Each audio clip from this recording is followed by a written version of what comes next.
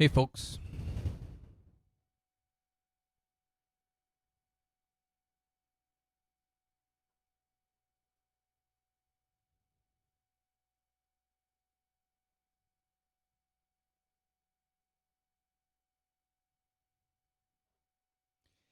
Hey, how's it going, everyone? Just checking in here. Mark SoapBox, something different. I'm not going to spend a lot of time here today, but we are going to discuss a few things. I want to dive into some topics. I want to talk about what's going down in the U.S., but I wanted to do it on a platform like this because I don't want to go into comments. I don't want to go into people's Facebook threads, and I don't want to be posting just short comments and paragraphs, because I think that's the big problem we're having right now. We're not having face-to-face discussions. I feel more accountable if I view my opinion, which is, it is an opinion, and that's the thing. We have lots of opinions right now, and we're diving in. And I think, you have two choices right now. You can watch what's going on with the riots and the chaos in the U.S. Actually, you got three choices: the chaos, the riots, the whole Kafascal down there, or you can watch the space shuttle. You can watch what's going on right now. You can live stream them working inside the space shuttle, or you can go over and watch the death count of how many people are dying from corona. It's just absolutely insane times. And I think right now we just don't know where to turn. We don't know. We got so many choices to comment. It's absolutely insane. I mean, you scroll through your Facebook, and I've been doing that. I've been scrolling through Facebook, and I'm just being mind blown by everything. But the thing is, we're all going in and we're all commenting our 2 cents, and our 2 cents a lot of the times is, trying to give our advice, trying to tell people that we need to have a better approach to these things. But really, we are 1 in 7+ billion people on the planet, and I honestly think some days the best thing to do would be to wipe Facebook, wipe out social media completely, and let's have a break from it all, because this is where the chaos is coming from. But then on the other hand, we wouldn't see the devastation of what happened to George Floyd the other day if it wasn't for people using social media, filming it, and capturing it. And if it wasn't for all that social media, you wouldn't have all these people pulling together the United States. Now, stuff is getting destroyed down in the U.S. People are, venting because they don't want to see these riots, protests. Obviously, it's getting out of hand at a point. But I don't think we have the right or to come onto social media and start telling people that they can't do this, they can't do that. I mean, we do not live. Like, I'm a white guy. I don't live in a black man's world. I have friends that are black. I certainly pay a lot of attention to it because I'm very passionate about what the black race has suffered in North America, still suffers. I've spent a lot of time reading books, following,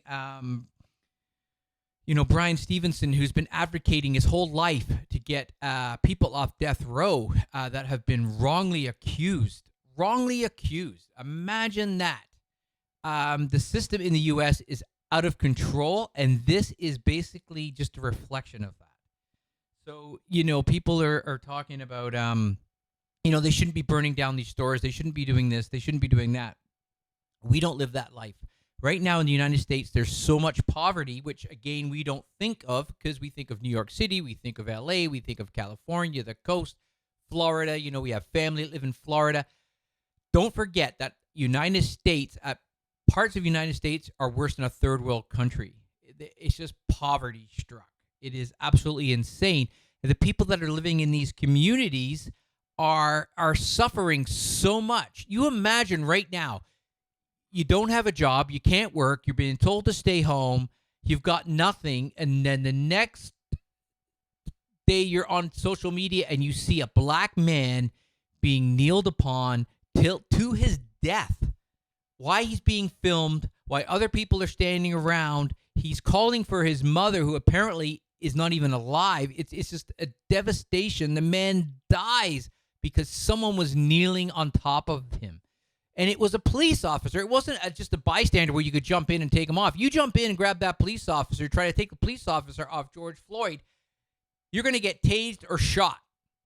So you have to actually sit there and watch this take place in front of you.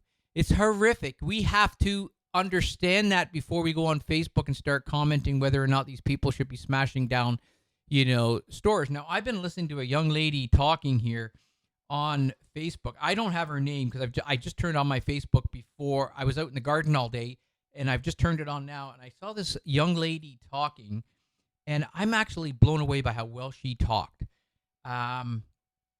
And I think that's what we need. We need more talking. We don't need more typing. We need more talking. We need this because I'm accountable for everything I say right now. I'm not gonna say anything to insult anybody because that would be absolutely wrong to do. It's so easy, and I've done it in the past. I've gone into Facebook and I've typed in and I've put a one-liner in there just to kind of vent. And I'm not venting now. I might be raising my voice. I might be frustrated, but that's the whole point of doing this. I'm on my soapbox. That's what this whole topic is. Coming on here and kind of throwing it around a little bit. And I want you guys to comment if you got any things to say. I see some comments because I've got the comments open. But feel free. I'll bring it up. I'll discuss it and get into it. But like I said, you've got choices right now. You can watch what's going on with the protests. You can watch what's going on with the coronavirus. You can watch what's going on the spaceship. Just think, all these riots are taking place. Places are being burnt to the ground. And Trump is at Cape Canaveral the other day saying what a great thing for America. We finally sent a man to space. How can you possibly justify this? You've got all these people that are making tons and tons of money. Now, I think the space is great. I think it's fantastic that we're progressing and we're going up. We're building these spaceships. I think it's absolutely phenomenal. But in a time of crisis, we need people to step up to the plate, leaders, and talk and put people at comfort and do the right things. Giving this police officer third-degree murder charge is absolutely ridiculous. That's what you would get for backing over somebody in your driveway. I mean, this guy killed this man. And it wasn't even like the man was running away and he shot a bullet at him, picked him off, went through his heart and killed him. And it was okay. It was, the police officer was defending himself or whatever. No, the man was handcuffed and he was on the floor. It's plain and simple. There was something wrong here. But the problem is the law did not react to it properly. Now we have chaos. And how do we deal with it? How do we, like you and I, the few of you watching this right now and the few of you that watch it later on, what can you do to fix this? And the answer is really nothing. There's nothing we can do. And here's why I think there's nothing we can do. This is a culture problem that's happened in the United States. Culture has to change, but culture doesn't change by flicking a switch. It doesn't. Culture has to evolve to change. And in order for it to evolve and change, things like these riots, unfortunately, have to happen before people pay attention. Because you can go back 30 years to when Rodney King was beaten in L.A. And they had riots then. And we saw what happened then, and it's still not changing. It is changing slowly. I will give it that. Now, this is a step backwards, but there has been progression. The work, like I said before, the work that Brian Stevenson had done in the U.S., he's a lawyer that has been advocating to get black people off of death row that were wrongfully accused, get the black people out of jail that have been basically stuck in there, again, wrongfully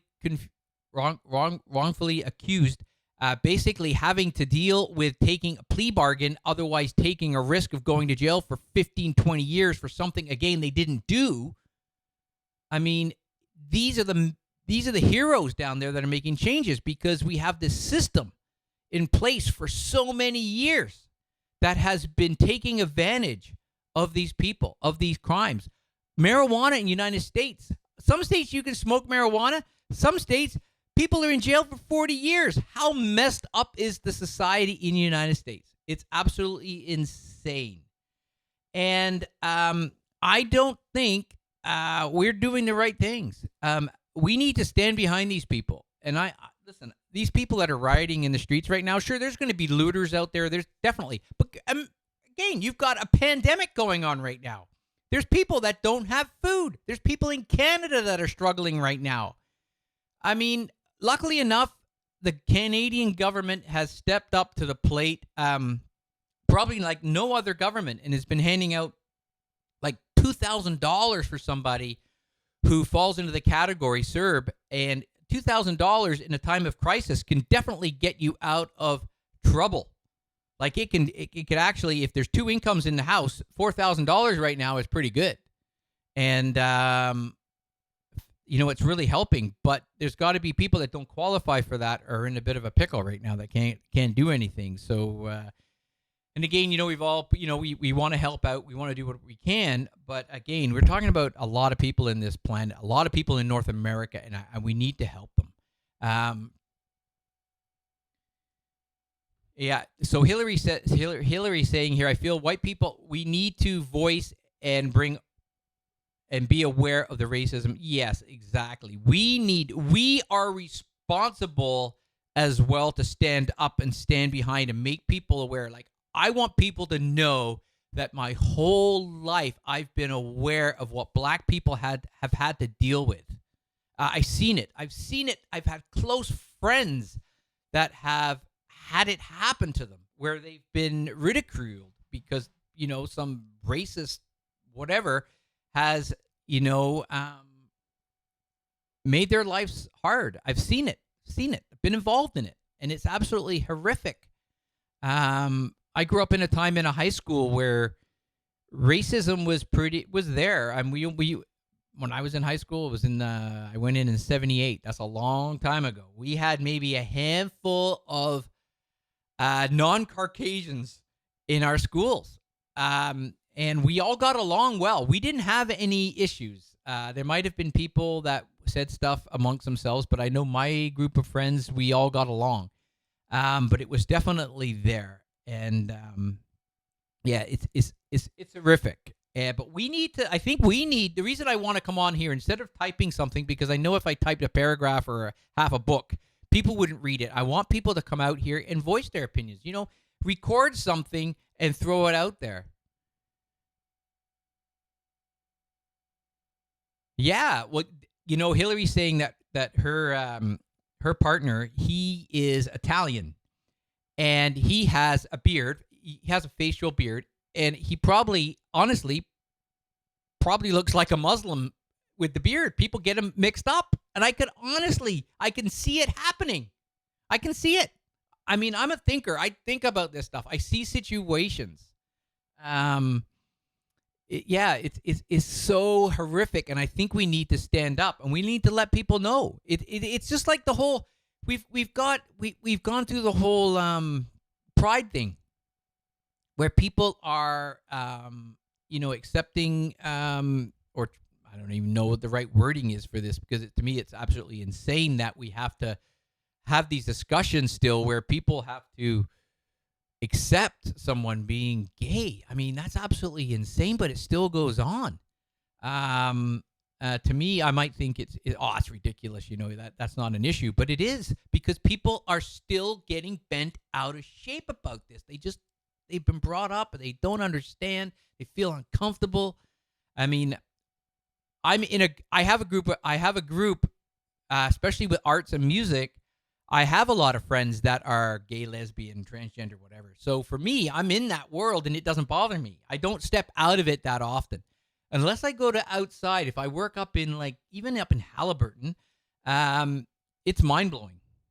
There's a lot of homophobic people up there. There's a lot of racist people up there. Believe it or not, that's an hour and a half, 2 hours north. It's there.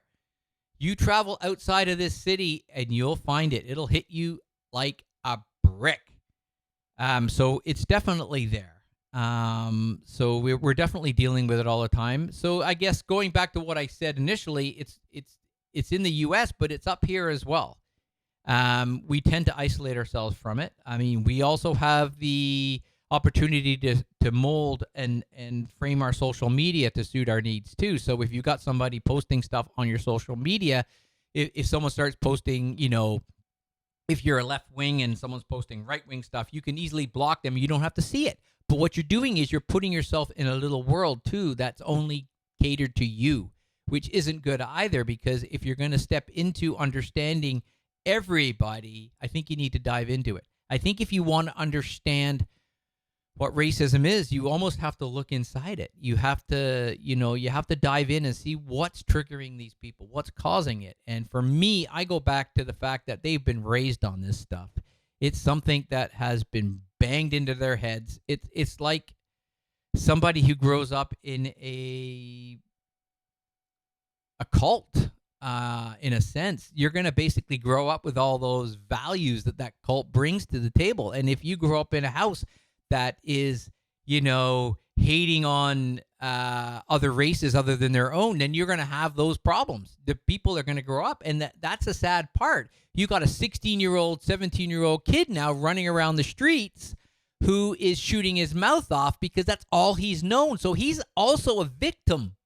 I've always said this about somebody who is 16, 17 years old who straps on bombs in a Middle Eastern country, walks out into the street and blows themselves up and kills all these people. 17-year-old kid, younger than that, maybe 12, 13, 14. They are victims just as much as the people that get blown up because they've been brainwashed. They've been forced to put those bombs on. They didn't do it. People had them do it. And that's what's horrific about that whole situation. So, yeah, and it's the same. You get these people that grow up in these certain areas. I mean, you can say, the South, because it is predominantly a white area of racial tension. I mean, those people down there, unfortunately, have still got it in their culture to hate on these people. And I even hate saying these people because I look at us as one. I'm a humanist. I like to think of myself coming from the planet Earth. I don't even like to consider myself British or Canadian. I like to think that I'm a human being, and I represent I want to represent everybody. I represent human beings. I care for everybody, but mixed in with everybody are these people, unfortunately, that are racist, bigots, whatever you want to call them. And this is the sad part, because when you look at it and think that, well, there's a comment here. Hillary says, people aren't born. You're not born racist, but you are born into it right off the bat. Because if your parents are racist and you're born, you're stuck. You're one of the unfortunate ones that is going to grow up. Now, depending on your individual mindset, you may knock that down. You may be a challenging individual that challenges right from day one. We had 4 kids in our house. They challenged us on many things. Sometimes a kid will stand up and be one of those kids that will challenge the parents and says, hey, how come, why? What's wrong with this person? Why can't I have friends that aren't white? Why does it have to be this way? But then you get a lot of that fall in. They want to be like dad. They want to be like mom, and they get caught up in this. And then again, they're socializing with all these people, and that's the life they live. They're carrying, they're waving the Confederate flag around, and they're in that environment. So that to me is it's absolutely horrific. So again, how do we fix it? I don't know. And that's why I came on here, because I want to have the discussion. I want to talk to people about it. This is what I used to do in the cafe. I used to stand maybe 20 minutes and have discussions with people about, what do you think? What are we going to do? Sure, I voice my opinion, but again, it's just an opinion. I don't have the answers, and I don't think too many people do. I could easily say the answer is we got to change the culture. Now, when we talk about culture, people say, well, what do you mean about culture? Culture is something that I experience here in Canada, the differences in culture. We have a very multicultural country, and we have a lot of people coming and bringing their cultures. And I've always said that you can look at certain cultures. Like, I have friends from China, or I'm going to say Asia, because there's people that come from many countries in Asia, and their work ethic in their culture is not like ours. They work a lot harder than us. So for them to come to North America, to come to Toronto, wherever they land, they're going to work really hard. They're going to work harder than most Canadians. And it's not Canadians at fault here. It's just that in China, if you're going to live in China for you're 30, 40 years old, you're going to work really hard because you have to survive there.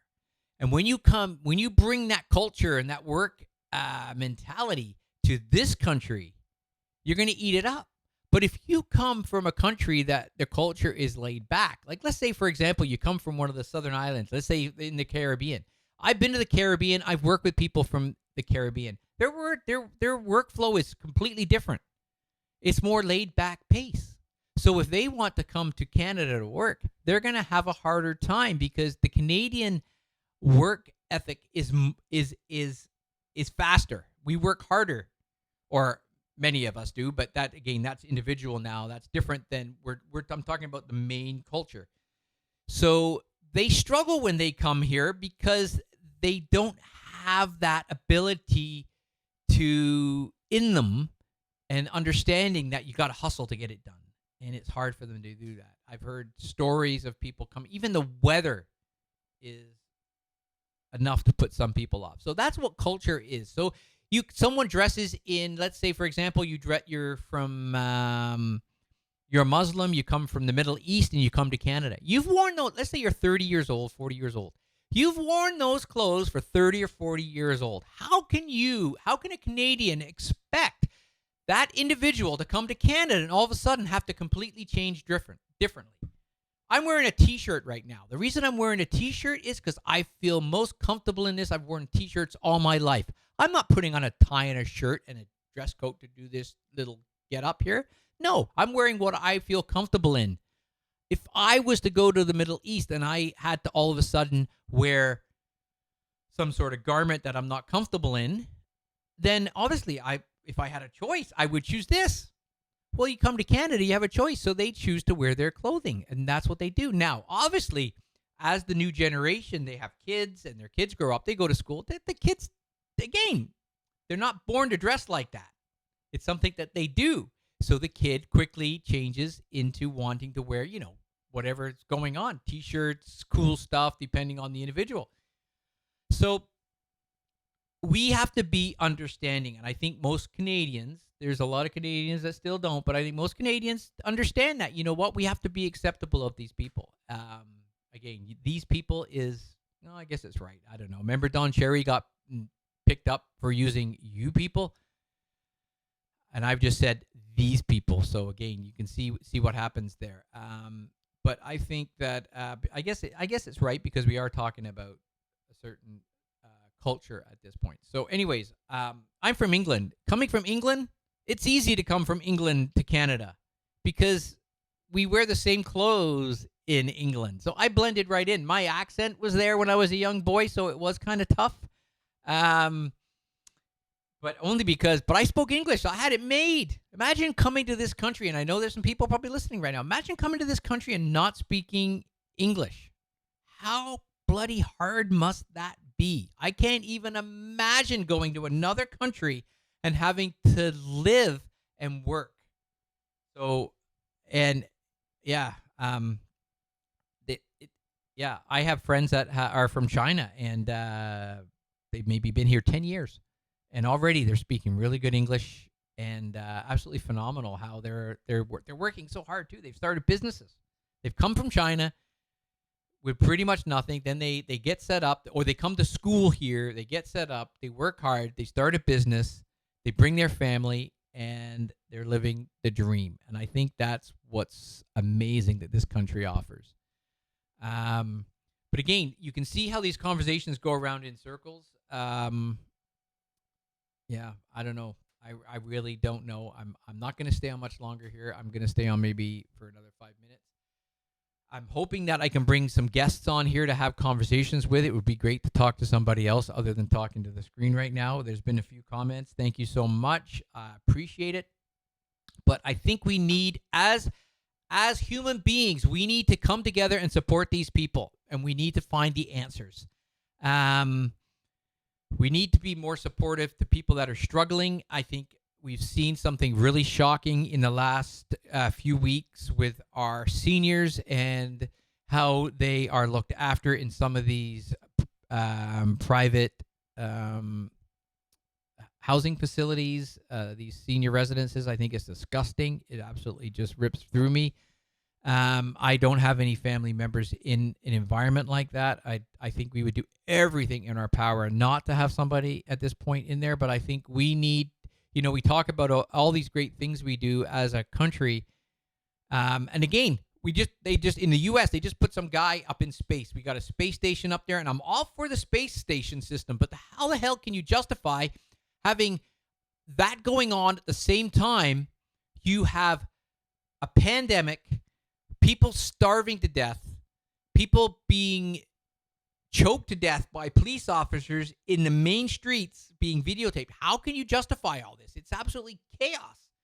How can you, tell these people that it's okay when it's not? It's not okay. And I think, so we got lots of problems. We need to fix these problems. We need to put our money in the right spots. We need, I think, right away in Canada, the first thing you need to do is make sure that these seniors are not suffering, that there is not seniors that are paying good money to be in a home somewhere and they're laying in their own mess. They're not being looked after. It's absolutely horrific. Maybe as a family, we need to stand up. Maybe I know cultures. Again, I know people from Asia that would never put their family in those situations because they would be looking after them at home as much as they can. They would be bringing in nurses. They would be doing everything. I even know of people that have left careers in Canada that they came to set up to go back home to China to look after their parents. That's commitment. And I think here it's so easy. If a baby boomer has a big house, they sell it, they get lots of money. They've got lots of money, and it's easy to stick them in a home. I mean, if you want to go into a residence right now as a senior, I couldn't afford it. I don't have the money to go in there. That's I know that. I'd have to sell up everything, and hopefully there's enough. There's two of us. How are we gonna pay $4,000 or whatever it costs to live in one of these nice places? So we're gonna get one of those other places. Hope the kids are listening. Look after us. Lori says, the human family is in trouble. The human family is definitely in trouble. And we need to come together, and I think we need to start looking at how we're doing it. And that's really was my point today. We need to, that's why I'm speaking to the camera. I'm putting it on there live. We need to start looking at our responsibility as a human being. What is the most important thing? I mean, I read some of my friends are posting things about I'm pro-choice. I shouldn't be forced to take a vaccine. Well, God damn it, we don't even have a vaccine yet. I mean, you had your vaccines that prevented you from getting polio, the measles, and all that other stuff. So you know what? Stop posting this crap and start doing research. Spend 15, 20 minutes Googling these things instead of sharing buddy's post is right wing or nutcase post. Like, do your research. I constantly read something on social media, and then the next thing I'm going in and I'm reading about it. Before I came on here today, I read through Wikipedia on all of George Floyd's stuff. Okay, this man, he had been in trouble before. He had been in jail. But again, that doesn't make it okay to kill him. So you got to know your information. This man was just living his life. Apparently, he went into the store. They thought he had a counterfeit $20 bill. Now, some people have said it was a check. There's all kinds of stuff bouncing around. But I read on the internet that it was a $20 bill, so they thought it was counterfeit. They called the police. Now, you imagine going into Canadian Tire or any store right now and go up to the counter and they think that, let's say it was counterfeit. Let's say it was counterfeit. What would happen in Canada if you had a $20 bill that was counterfeit? They would take it and say, oh, excuse me, sir, but this bill, I put it under the little light and it's counterfeit. Well, think about it. I could have just got that from a store. That doesn't make, because I'm paying with a $20 bill that's counterfeit, doesn't make me guilty of making the money or knowing. I'm sure we could have easily paid, who knows if we've had $20 or $10 of counterfeit money in our purse. I'm certainly not printing it, but if I accidentally came across it because someone gave me $20, oh, the light went out. If someone gave me $20, then am I guilty? Should I go to jail because I'm paying with a $20 bill that I picked up from somebody else? I mean, so you got to look at it like that too. So why did it all take place in the first place? It should have been completely dealt with before the police even got there. Oh, sir, this $20 looks like it's counterfeit. That's how it should have taken place. Yeah, Paula's store in Toronto, she saw it. She's mentioning here her comment that she saw it going on. I mean, how can you if I pay with a $20 bill, should I go to jail? No. I mean, if they investigate and found out that I was printing it and I was smuggling or I was laundering money or whatever they was doing, that's fine. That's an investigation. But should I be taken away in handcuffs? No, I don't think so. But this is what happened in the U.S. And then it escalated into the fact that he was killed. That's absolutely horrific. So when you break it down and look at it like that, it's easy to say, oh, did you see they killed some guy in the street? Oh, the police arrested him and they got into a scuffle. The guy apparently, the police said he resisted arrest, which he didn't. But again, I might resist arrest if all of a sudden I'm upset because of this. I came home one night or one day with snow on my back bumper from a snowstorm in Halliburton, driving up Simcoe Street in Oshawa, and I got pulled over and I was given a ticket because the police officer couldn't see my license plate.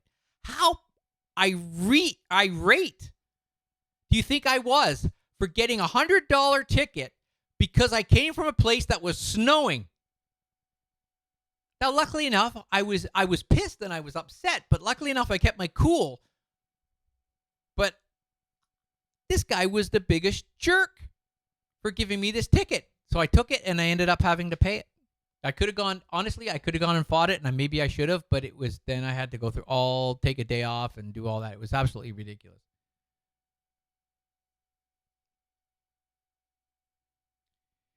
Yeah, this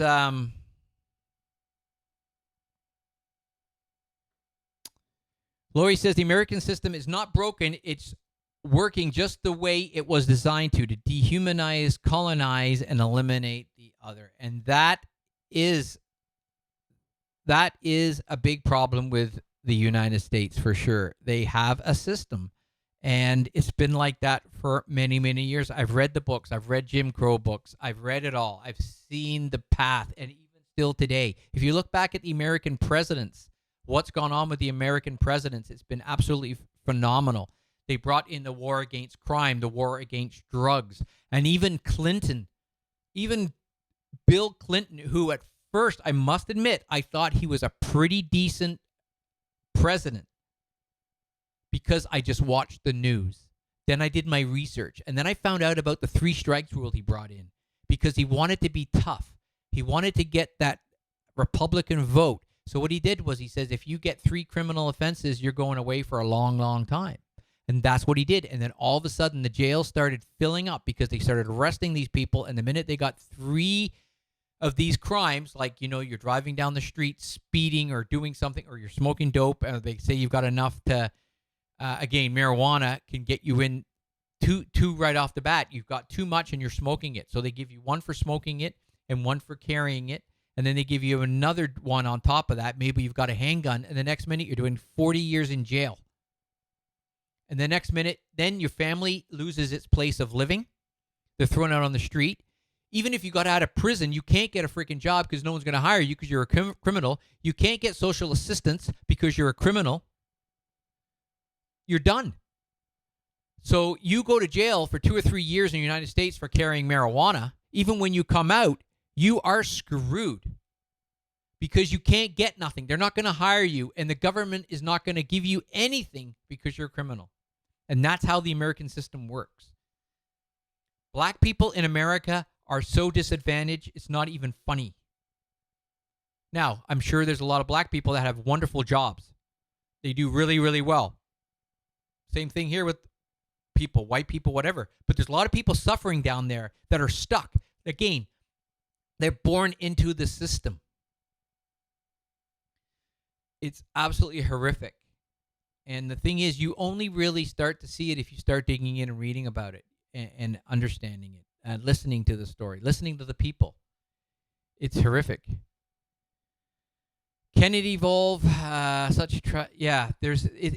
horrific what's happening down there. Can it evolve? I mean, you got to look at other countries. I mean, look at what China's doing right now. China was in really bad states, but they're starting to. But again, they're aggressive. China's being very aggressive. They're trying to take over the world. You know, how do you address it? Do you look at China as doing really, really good, or do you look at them as being the sneaky ones? I mean, look at all the conspiracy theories that are flying around. I mean, you can see how it starts. You know, people are saying that, China started this coronavirus just to bash down the rest of the world so they could take over. I mean, that's what people are coming up with. They're reaching for straws. I mean, again, you got to do your research, folks. Don't get caught up in this stuff.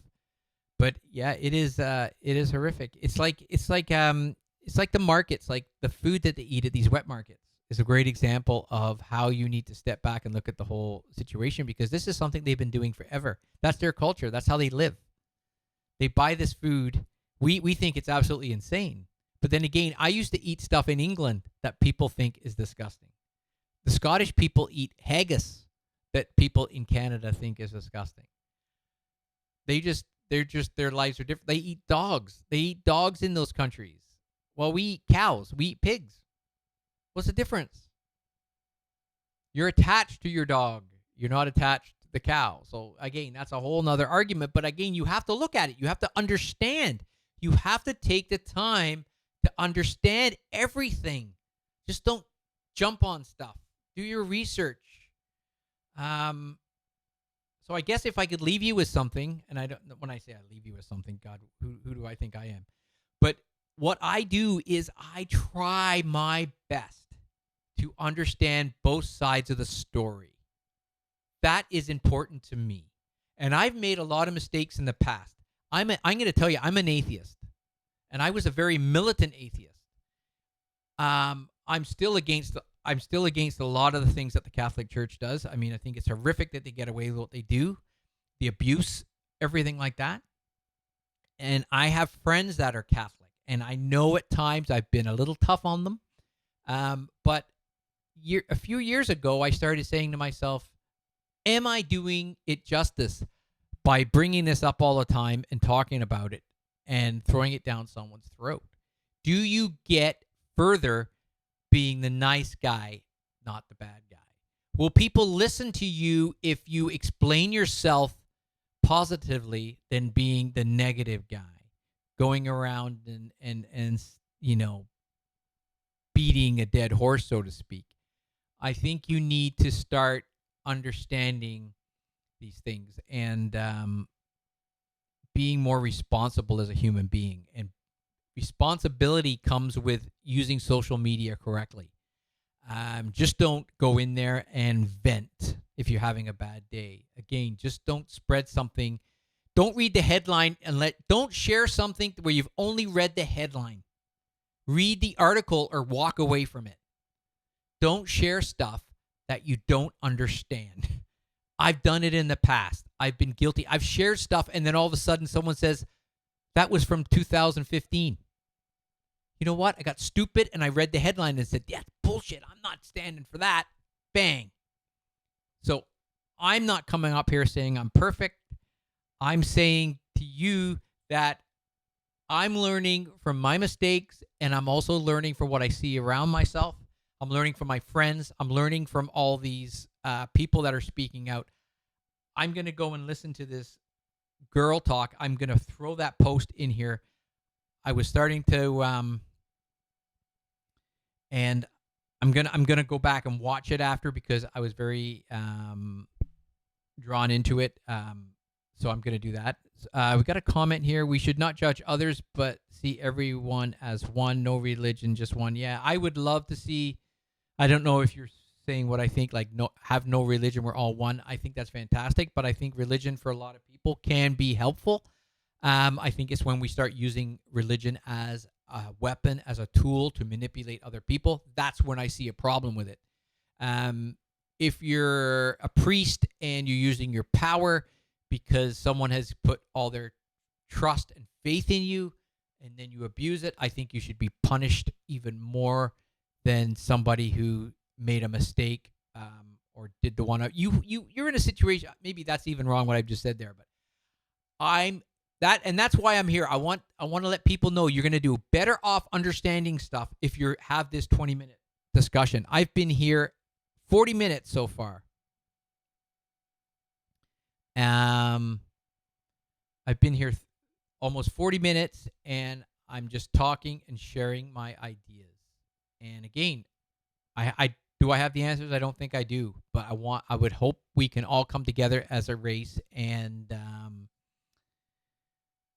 work together and find solutions. But I think we need to be open and understanding. I think we need to be understanding to the people that are down in the U.S. right now rioting. We need to understand that. Just don't get on your social media and start saying that this is wrong, they shouldn't be doing this. First, understand the situation. Sure, there's people out there right now that are looting stores. I bet there's people looting stores right now that probably don't understand anything about the situation. They're just jumping in. You're going to get that.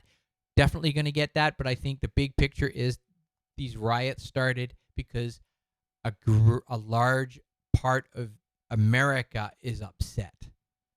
And you will get the collateral damage of the people that jump in on the bandwagon and say, oh, you know what, I'm going to go get a TV. If Target's windows are smashed in, I'm going in for a TV. You're definitely going to get that. You're going to get people that are going to take food. You see it all the time. We've all taken something when we shouldn't have taken it. When opportunity rises, it happens. So, but again, you imagine being... imagine being one of those people that, sorry, when I hesitate like that, I'm reading comments. But imagine being this minority that's had this happen, and enough's enough. All their lives, they've heard it. They've seen, Rodney King all the way through all the other things that have happened. They've seen it. They've lived it. They hear it at the dinner table every night, and then this happens in the middle of a pandemic. You could understand the frustration and the anger. What are these people sitting around talking about? They're not talking about the basketball game because there's no basketball. They're not talking about the hockey game because there's no hockey. There's no golf. There's no nothing right now. This is all there is. They're wondering if they're ever going to... They could have a small business. They wonder if they're ever going to survive. They wonder what their future is like. And then the next minute, they see one of theirs being killed in the street. Come on. You can see how you would react. And I've said this 100 times before. The last time I saw a protest in this country that was of some size and significance, it was when Don McLean and I think it was Don Cherry was getting fired from Hockey Night in Canada, and all the people went down to Maple Leaf or the Air Canada Center and stood out there and protested and said, give him his job back. And as I'm going to leave you with this. Gord Downie said, from the Tragically Hippie, said one of the greatest quotes I've ever heard come out of Canada. There's more to Canada than Hockey Night in Canada and Tim Hortons. I'm going to leave it with that. I'm going to come back. I'm hoping to have some guests. I'm going to do this locally too for my community. It will be more really to talk about, stuff in our municipality of Clarington. Once in a while I'll go on. I'm not setting any dates. I'm not setting any times. I'm going to do that so people can start, especially now as we're starting to open up stores in our community. I'm going to help my friends that have small businesses. I'm going to advertise them on here. We're going to promote them on here. We're going to do what we can through this little platform, and I want to thank everybody for watching, because from the comments and the likes and everything else, people have been watching this. I thank you for letting me have an audience so I can talk like I would if I was in a cafe or we're all hanging out. I know it's all one me, just bang, bang, bang, and blah, blah, blah. But you help me, and hopefully I can leave something in this little discussion that's going to help everybody else. Remember, we're all in this together, and we can all help everybody. Help a neighbor. Help somebody who needs help right now. If you've got a friend that needs some food, give them some food. If you know somebody that's suffering, don't ask what they want. Just go over there. You know what? Send them some money. If you've got a few extra bucks kicking around and you know your friends, just find out their email address. You can send it to their phone. Just drop them and interact. Send them 20 bucks, 30 bucks and say, you know what? Get yourself some food. You know what? Buy yourself 12 beers because you probably haven't had a beer in a while because you've been struggling to feed the kids. Do whatever you can to help them out. Cut someone's lawn. Do whatever. And I've been doing it, folks. I'm not coming on. I'm not going to tell you who I help. I'm not going to tell you what I do to help. I do it. I have done. Okay? I've been doing it. Please help somebody. I've got a few bucks. I can help somebody. So do it. Help out. Share the love. And be supportive. And give everyone a chance when they do get upset and they do blast away. Back away and give them some fresh air. Give them some room. Anyways.